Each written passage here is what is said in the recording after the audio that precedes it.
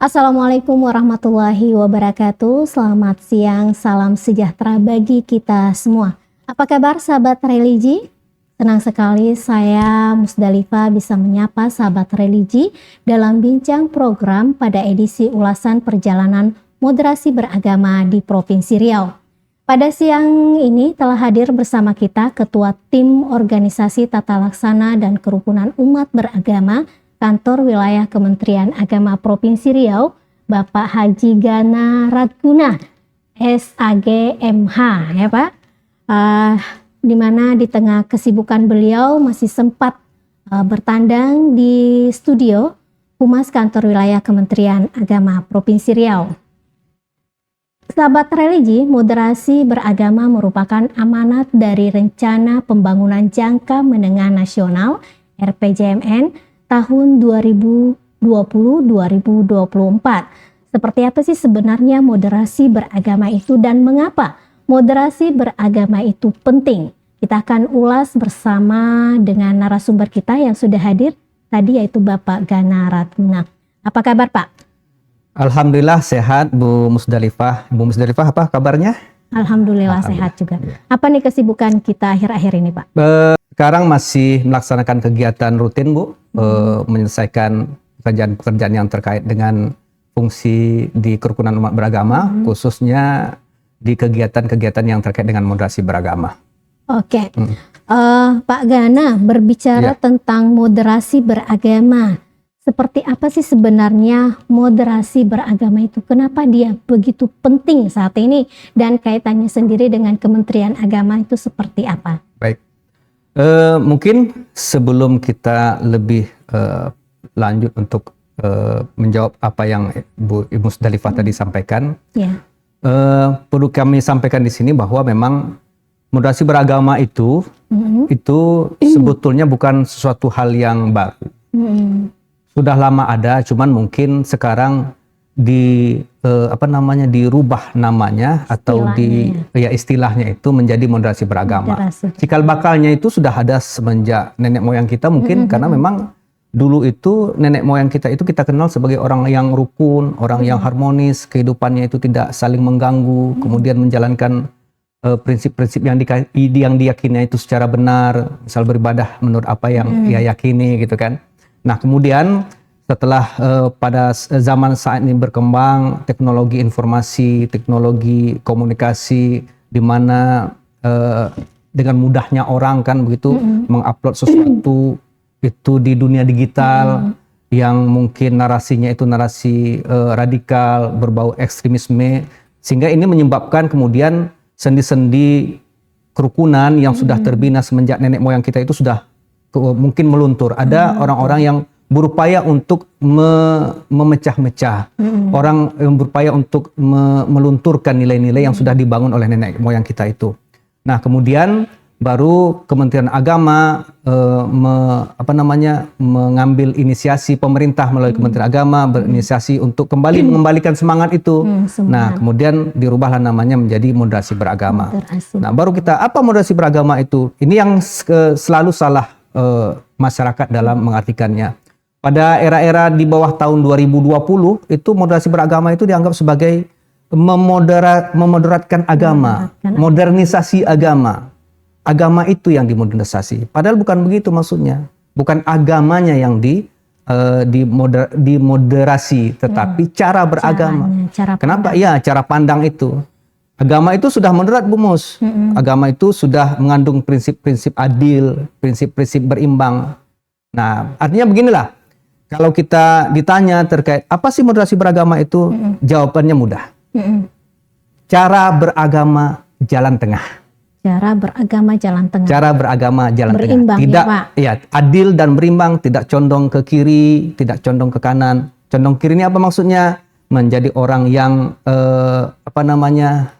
ekstrim kiri, yang berpikir secara fanatik, kemudian tekstualis, dan tidak pula condong ke ekstrim kanan yang terlalu liberal dalam menafsirkan sebuah teks-teks yang terkait sama ayat. Jadi cara pandang kita ini yang kita kembali dorong ke tengah, kita geser ke tengah supaya berjalan di koridornya, di esensi ajaran agama itu sendiri. Itu mungkin itu secara bahasanya.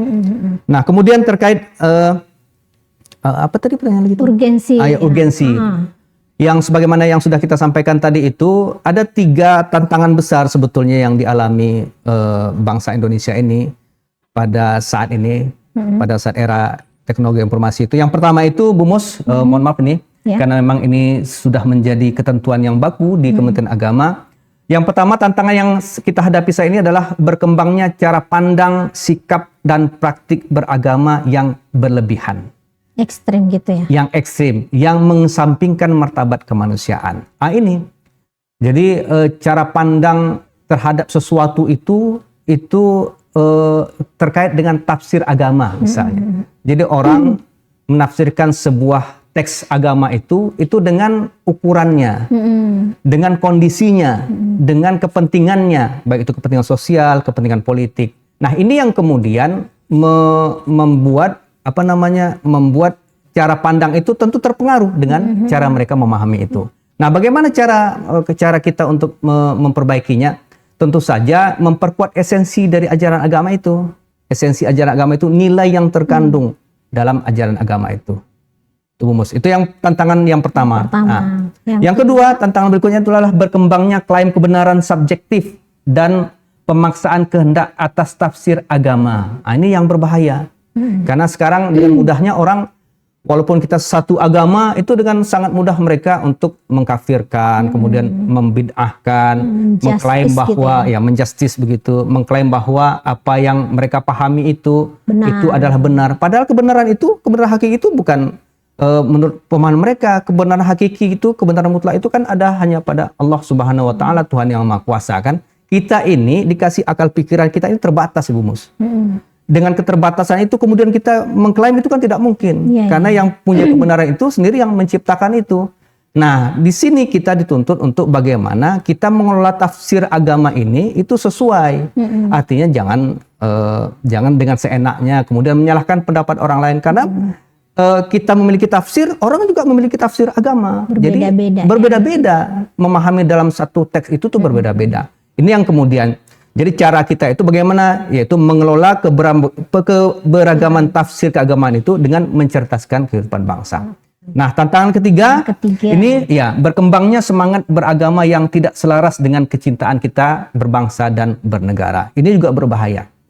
Sekarang orang Bu Musdalifah, kalau sekarang mungkin sudah mulai mereda ya, tapi pada saat moderasi beragama ini awal-awal digaungkan itu semangat orang beragama itu seperti bertentangan dengan cara kita bernegara. Negara kita ini dianggap negara yang kafir, negara tauhid segala macam kan. Kemudian ada mempertentangkan antara paham keagamaan dengan cara kita bernegara. Ini hal-hal ini yang mesti kita cegah, mesti kita tangkal, dan tentu saja caranya tentu merawat keindonesiaan kita ini, Indonesia yang telah kita bangun dengan kesepakatan bersama ini, supaya bagaimana untuk terus rukun, damai, tentram, dan semua anak bangsa ini saling bahu-membahu untuk membangun bangsa kita ini. Baik, terkait dengan kondisi keberagaman di Indonesia. Nah, untuk Provinsi Riau sendiri, bagaimana kondisi kehidupan umat beragama? Iya. Pada dasarnya kondisi kehidupan umat beragama di Provinsi Riau ini normal, Bu, aman, rukun ya, kondusif.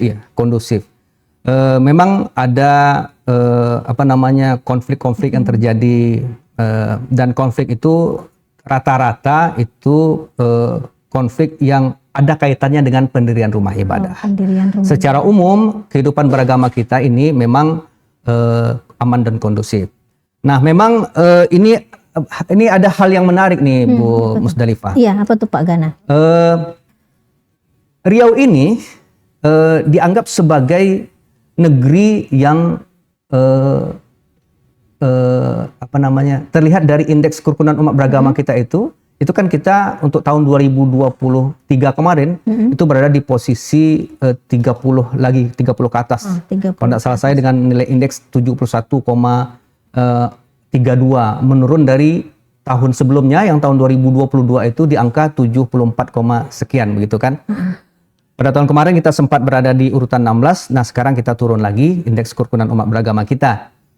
Nah, hal yang menarik itu tokoh-tokoh agama kita itu merasa heran kenapa kok ada ketimpangan antara indeks kerukunan umat beragama dengan kondisi. Nah, ini menarik ini. Nah, rupanya berdasarkan kesimpulan dari penelitian itu didapati bahwa mereka beranggapan Riau ini seperti api dalam sekam, Bonus. Ini yang perlu kita jaga ini. Di permukaannya terlihat aman, kondusif, tapi di dalamnya itu membara.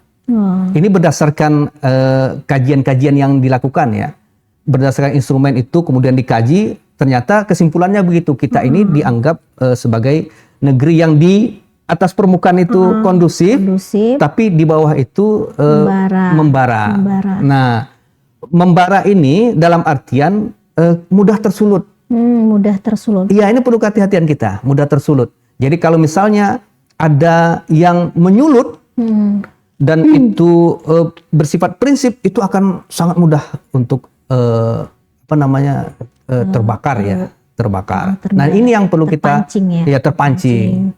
Ini yang perlu kita jaga, situasi kondusif ini supaya nanti jangan ada oknum-oknum yang ingin memanti itu. Nah, jadi diharapkan moderasi beragama itu bisa menjadi sebagai pencegah dalam hal-hal yang berbau dengan konflik itu. Baik, terkait tadi dengan bahwa ternyata indeks kerukunan di Provinsi Riau itu termasuk rendah ya? Iya, rendah. Sangat rendah. Terus dalam posisi kita melihat diri kita sendiri, kita tuh termasuk daerah yang aman ya, yang kondusif. Iya. Nah, faktornya tadi adalah bahwa ternyata kita tuh dianggap bahwa mudah tersulut, mudah terprovokasi, mudah terpancing. Ya. Nah, terkait dengan ini apa sih sebenarnya, apa langkah-langkah kita yang bisa kita lakukan agar hal tersebut kita tetap bisa menjaga kestabilan, kekondusifan di Riau ini? Apa yang telah kita lakukan khususnya dari Kementerian Agama itu sendiri? Nah, yang kita lakukan itu tentu saja yang pertama memperbanyak dialog, Bu. Dialog ya. Karena dialog itu walaupun dengan dialog itu kan semua persoalan itu kita bisa selesaikan. Kita tahu gitu kan. Kita tahu. Karena kan ada komunikasi. Iya, ada komunikasi. Ada feedback. Ini. Kita tahu apa yang menjadi persoalan, kemudian apa yang rencana aksi yang akan kita lakukan untuk kemudian menyelesaikan permasalahan itu. Nah, ada kalau di dialog yang kita lakukan itu, ini sudah di kalau antara tokoh-tokoh agama itu sudah bertemu, itu dengan bertemu saja itu sudah dianggap sudah rukun itu, Bu. Karena memang bertemu antara satu tokoh agama dengan tokoh agama yang lain itu sudah mencerminkan kerukunan itu sebetulnya, walaupun mungkin tidak terjadi dialog secara intens. Karena bertemu itu sudah dianggap kita mau untuk bekerja sama, menjalin kerjasama dengan silaturahmi. Iya, bersilaturahmi. Itu yang pertama. Yang kedua, tentu saja kita melaksanakan identifikasi terkait persoalan-persoalan yang mungkin bisa memicu konflik yang terjadi di masyarakat kita. Nah, sekarang kita sudah punya para penyuluh agama di semua kecamatan, dan baru-baru ini kemarin Kementerian Agama Republik Indonesia melalui surat edarannya itu memerintahkan kepada kita untuk segera membentuk tim deteksi dini. Tim deteksi dini pencegahan konflik kalau tak salah saya. Dan itu nanti disusun sampai ke tingkat kecamatan. Jadi seandainya nanti ada persoalan-persoalan yang sekiranya itu bisa dianggap sebagai pemicu dari konflik itu bisa segera terdeteksi, bisa segera diketahui, dan bisa segera diatasi. Ini kuncinya, Bu. Karena kalau dia sudah terlanjur besar, sudah terlanjur meluas, itu akan susah kita memadamkannya. Lebih baik mencegah daripada mengobati. Ya, benar. Berarti prinsip itu yang kita jalankan.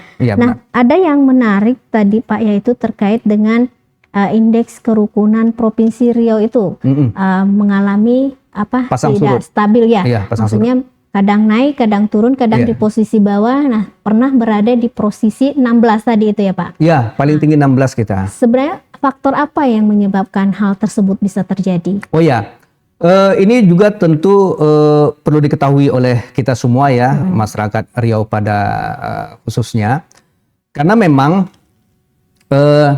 instrumen yang dipakai untuk mengukur indeks kerukunan itu berlaku secara nasional. Berlaku secara nasional. Nah, karena dia berlaku secara nasional, itu mungkin tidak cocok untuk semua provinsi, Bu Hajah.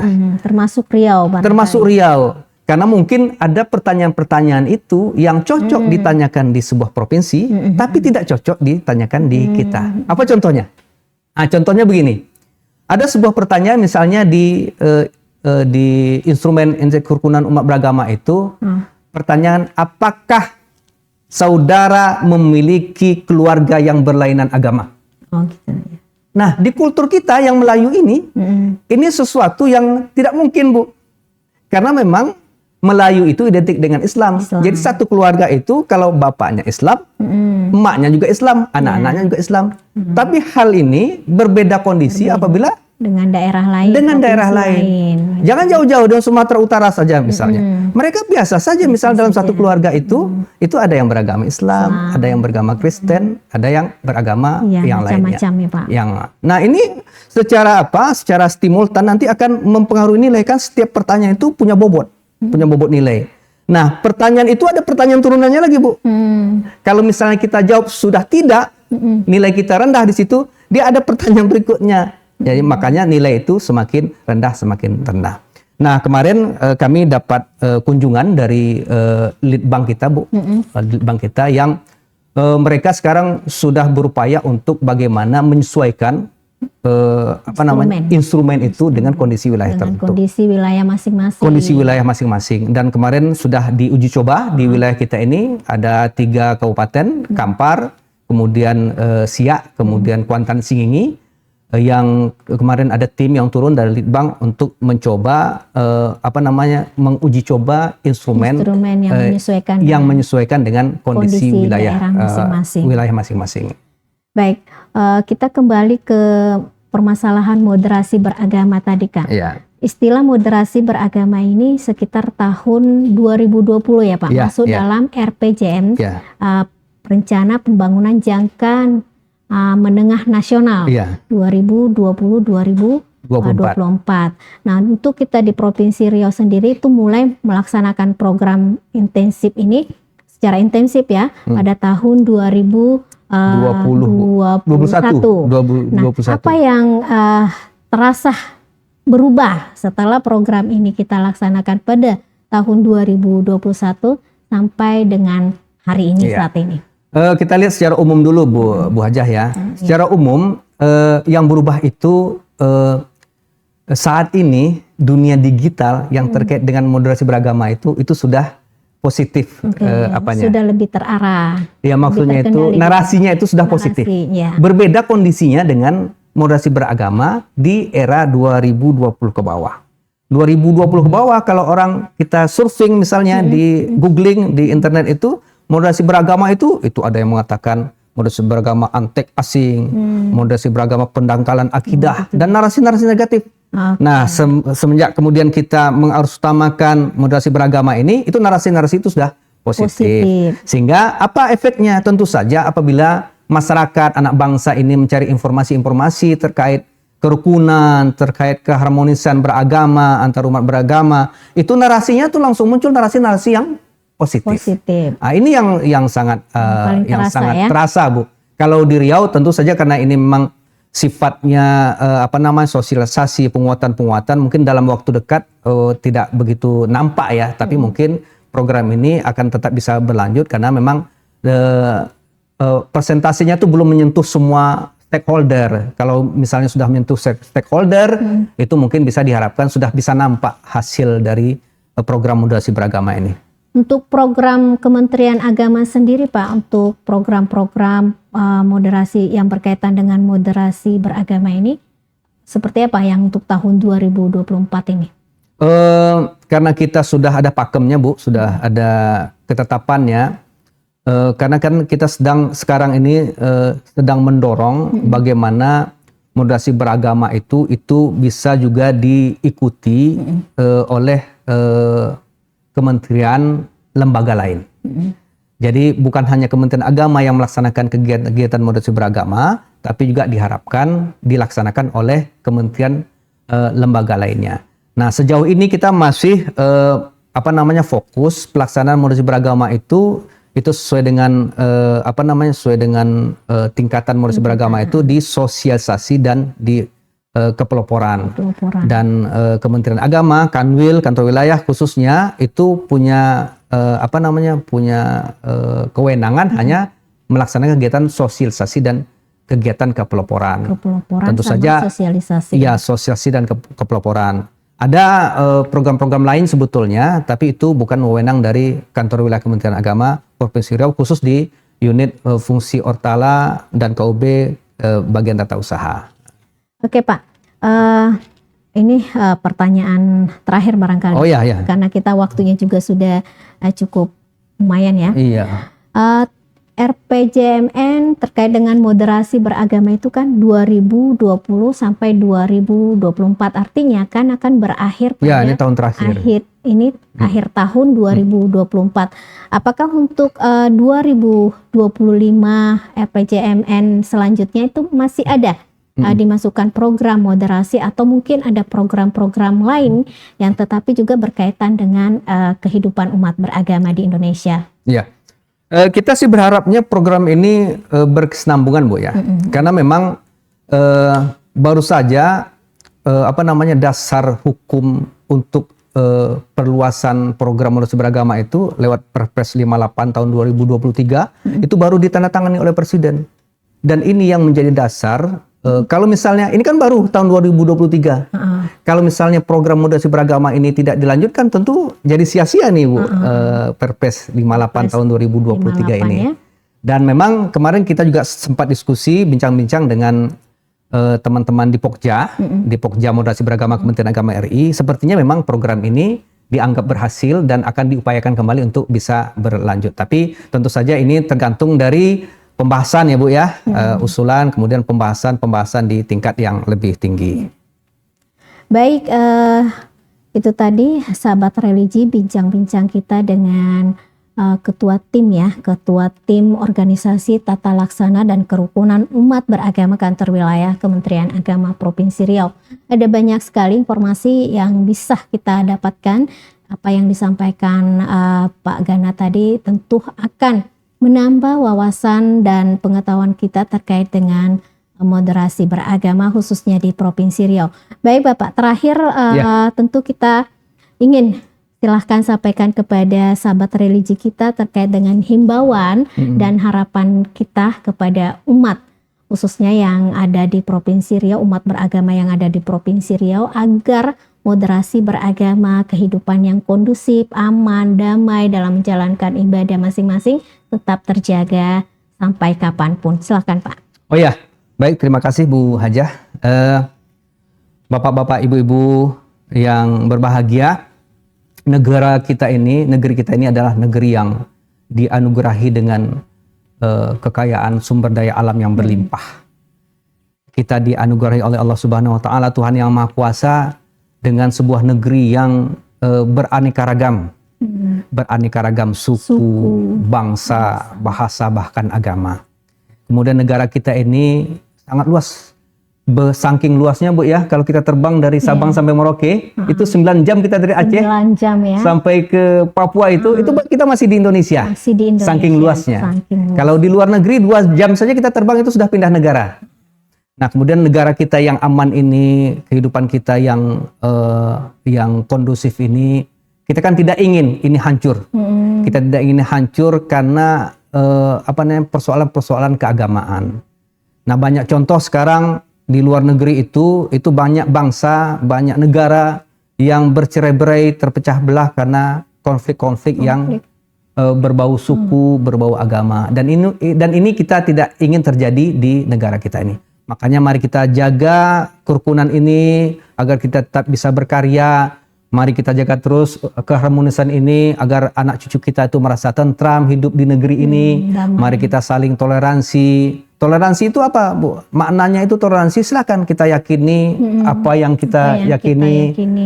Menurut agama dan kepercayaan kita, menjalankan agama dan kepercayaan kita sesuai dengan apa yang kita yakini. Tapi kuncinya berikan ruang untuk kepercayaan dan ajaran agama yang dimiliki oleh orang lain. Itu kuncinya, Bu. Jadi silakan kita yakini, hormati, bertoleransi, karena toleransi itu yakini yang punya kita, tapi beri ruang untuk keyakinan yang dimiliki oleh orang lain. Walaupun itu satu agama, misalnya ada pendapat yang berbeda agama terkait tafsir agama tadi itu silakan. Oke, baik sahabat religi, itu tadi bincang-bincang program kita terkait dengan moderasi beragama dan perjalanannya di Provinsi Riau hingga saat ini. Perlu kita catat seperti apa yang dikatakan narasumber kita, bahwa agama melarang adanya perpecahan, bukan perbedaan. Untuk itu pupuk terus rasa toleransi agar tercipta moderasi. Terima kasih Pak narasumber kita, Pak. Sama-sama Bu Haja. Ya, mudah-mudahan nanti kita diundang lagi. Dengan senang hati, gitu kan. Yang telah meluangkan waktunya untuk hadir di sini tengah sibuknya, tapi tetap bisa menyempatkan diri. Semoga apa yang kita sampaikan hari ini benar-benar bisa bermanfaat bagi umat kita khususnya dalam kehidupan beragama, dalam menciptakan kerukunan, toleransi, dan akhirnya moderasi pun tercipta. Baik, terima kasih juga buat sahabat religi, dukung terus kami dengan subscribe, like, dan komen. Apalagi nih yang perlu kita angkat dalam bincang program Kantor Wilayah Kementerian Agama Provinsi Riau. Baik, kita bareng-bareng ya Pak. Ya, boleh Bu. Bincang program komunikatif, edukatif, dan membangun. Wassalamualaikum warahmatullahi wabarakatuh. Sampai jumpa.